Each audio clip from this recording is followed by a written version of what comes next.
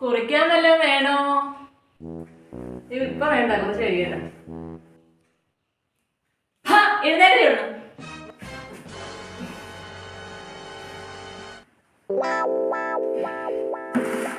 തൂത്തും തുടച്ചും സീരിയലും കണ്ടോണ്ടിരിക്കുന്നു. മതി എന്റെ പണിയൊക്കെ പോയി അടുക്കള വല്ലതും ചെയ്യും. എപ്പോഴാണ് ഇവിടുത്തെ പണിയെല്ലാം തീർക്കുന്നത്? എല്ലാം ആങ്ങിയും തൂങ്ങി അവിടെ ഇരുന്നോളൂ.